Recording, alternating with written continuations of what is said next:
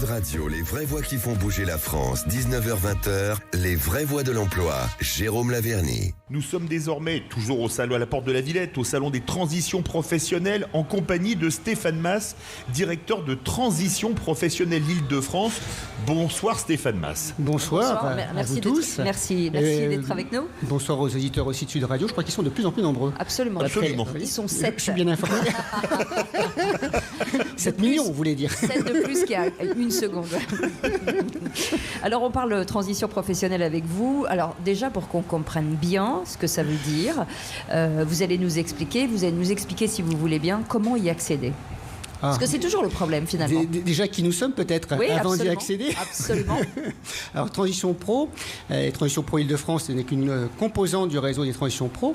C'est un réseau d'associations paritaires, c'est-à-dire administré par les partenaires sociaux. C'est important de le mettre en avant, oui. C'est-à-dire les grands représentants des organisations syndicales et des organisations patronales. Et Transition Pro a une convention d'objectifs et de moyens avec l'État.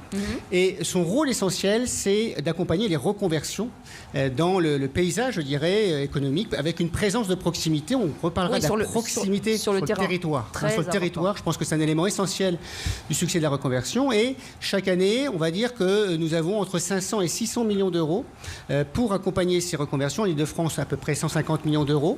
Et grâce notamment à un dispositif qui s'appelle le projet de transition professionnelle, qui va permettre à tout salarié du privé, de pouvoir utiliser ce dispositif pour pouvoir ainsi se reconvertir vers un nouveau métier avec une prise en charge de ses coûts pédagogiques, mais aussi de sa rémunération tout au long de sa formation. Donc c'est vraiment une reconversion sécurisée.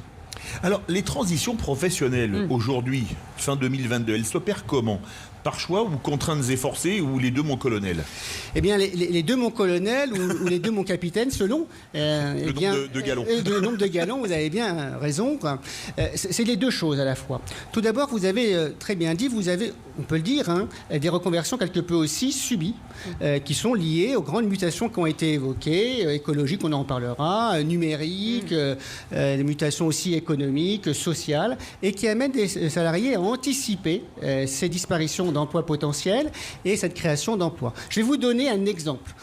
Dans le secteur énergétique, un secteur de l'économie verte, on sait qu'on dit à peu près qu'il va y avoir 800 000 disparitions d'emplois suite aux mutations, mais aussi 1,1 million créations d'emplois. Vous voyez un petit peu les mutations qui s'opèrent sur ce secteur-là. Donc ça peut être une volonté d'aller vers ces métiers pour des raisons d'anticipation, et notamment chez les bas niveaux de qualification, on en reparlera, qu'on accompagne.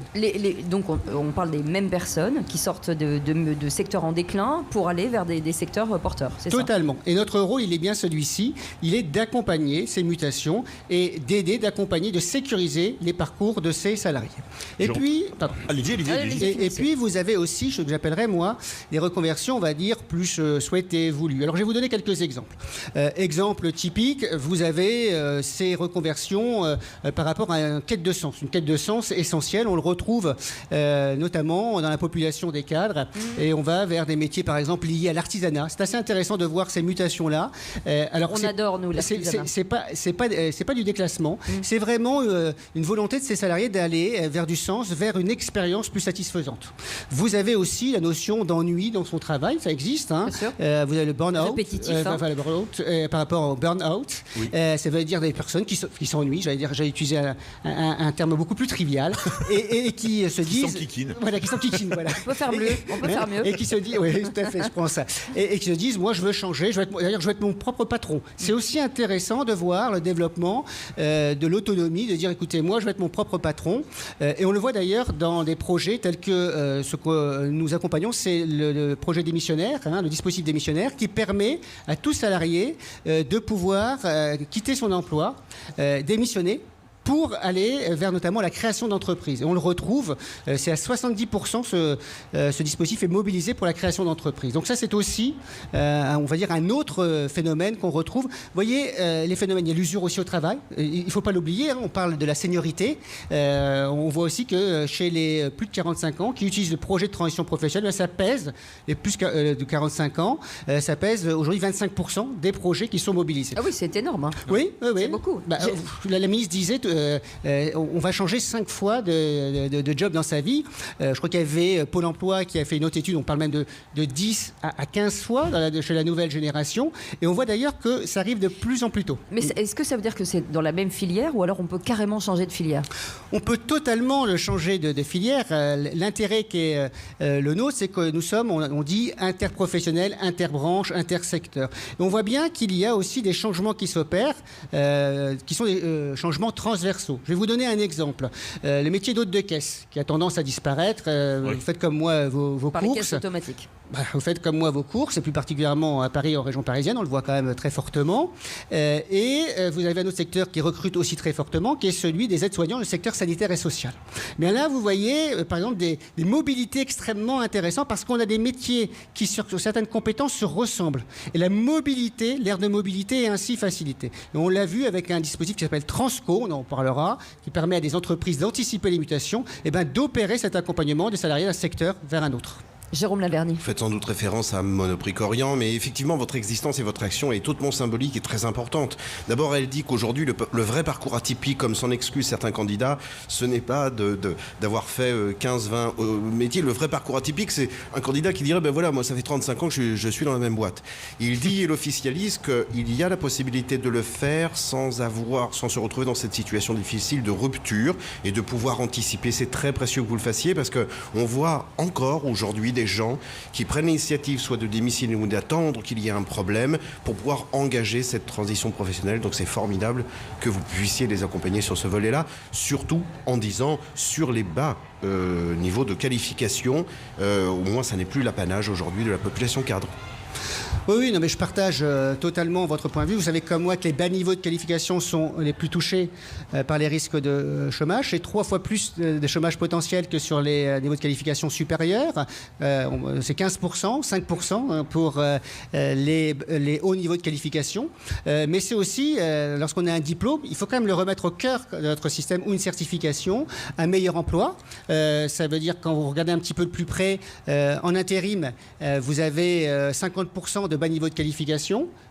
Alors que vous avez 3/4 sur les niveaux supérieurs qui sont en CDI, mais aussi en rémunération. Lorsque vous avez un bac plus 2 et 2 ans d'ancienneté, vous commencez à 29 000 euros. Lorsque vous avez un bac plus 3, bac plus 4 à 35 000, et lorsque vous avez un bac plus 5 à 39 000.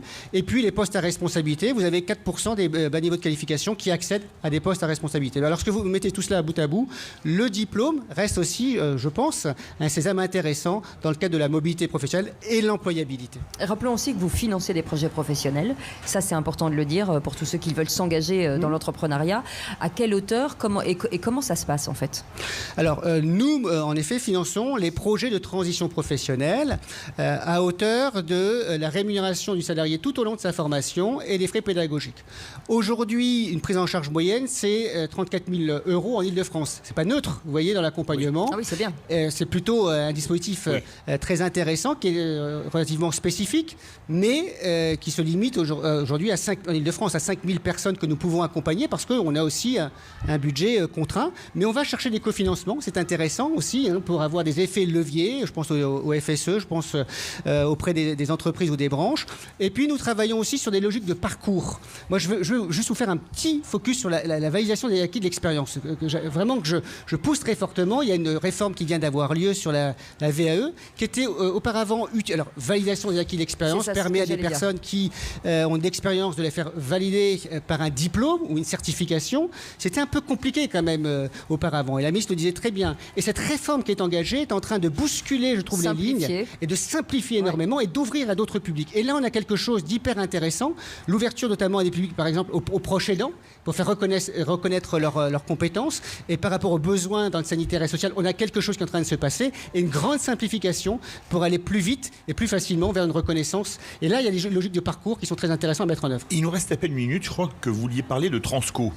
Oui, alors transition collective, qui est un nouveau dispositif qui a été engagé, qui permet aux entreprises de pouvoir anticiper les mutations et ainsi préparer leurs salariés vers des mobilités externes dans d'autres entreprises sur les bassins d'emploi. Pourquoi les bassins d'emploi? Parce que derrière tout cela, on sait que l'emploi il se trouve souvent dans la proximité du lieu d'habitation. Alors c'est un dispositif qui est émergent, qui vient d'avoir une première simplification telle que le proposer et la présenter la la ministre, qui commence à avoir des effets bénéfiques. Mais on est vraiment là dans une première phase, étape un peu expérimentale. On va voir ce que ça va donner à terme. Merci Emploi, en tout cas, d'avoir été avec nous. Stéphane Masse, directeur de la transition professionnelle Île-de-France. Vous restez avec nous sur Sud Radio. Nous, on se retrouve demain. Demain, 17h, à 17h pour les vraies voix. Et Oui. tout de suite, c'est Yvan Cujous Oui, pour le absolument. Loft Music et conseil de famille, Stéphane Moller. Salut, à demain.